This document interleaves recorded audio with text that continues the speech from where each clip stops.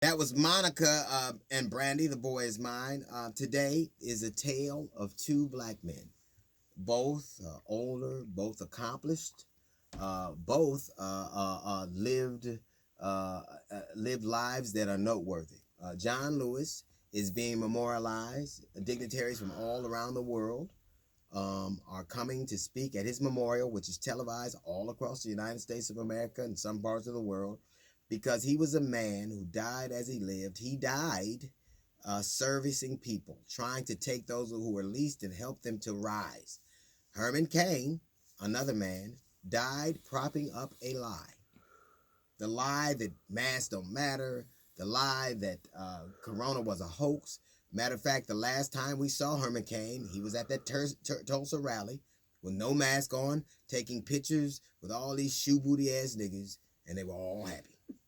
And the next time we heard about Herman Cain, he was in the hospital from COVID. Let me tell you, 75-year-old black men who survived stage 4 cancer damn a rally, they should never leave the house during this pandemic. But because he was servicing a lie, he knew not to be true, or should have known not to be true, he left this world early. Now it's interesting that those two men died as they lived. John Lewis penned an op-ed, and he talked about how he knew he was dying.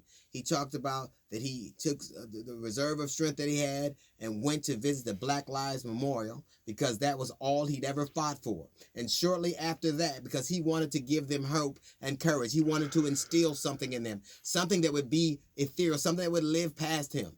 And right after that, he went to the hospital. Herman Cain was talking about how crazy Nancy Malone was and how the government, Nancy Pelosi was, and how our government and our media have incinerated their credibility. So it's a wonder why any people are skeptical. That is his tweet while he was in the hospital, struggling to breathe, still propping up a lie. The hoax don't have you hooked up to ventilators.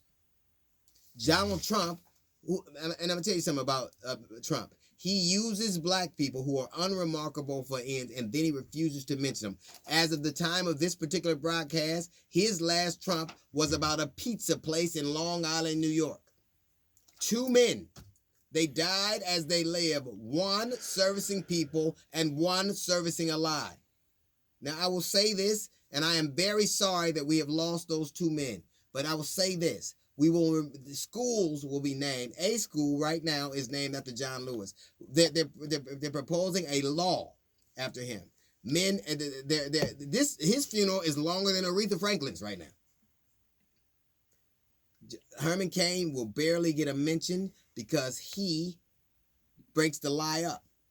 He says specifically, I shouldn't have had that Tulsa rally, and people are dying.